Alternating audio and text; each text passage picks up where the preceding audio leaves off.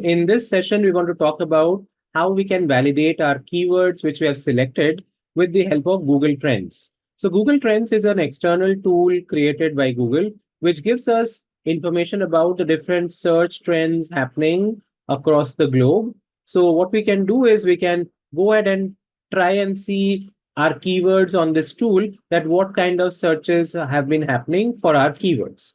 So let's have a look at this, guys. So this is the website, the Google Trends website, where we can come and we can put our keywords out here and we can see what kind of searches are happening for it. So let's have a look at it. Let's say we are looking at yoga mat.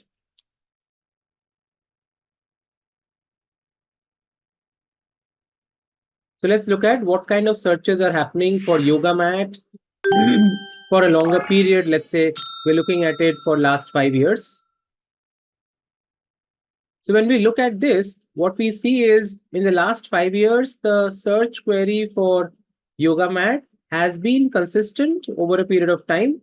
It had gone up during the 2020s, ideally speaking, and then again it came down ideally. So overall, it has been on the similar lines at this moment, as we can see. So it's a very consistent keyword, we can say, whose search queries have been very consistent in the last 5 years.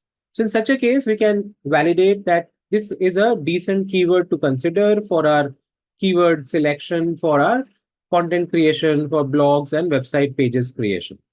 In the same manner, we can look at some other keywords as well. Let's say we're looking at thick yoga mat.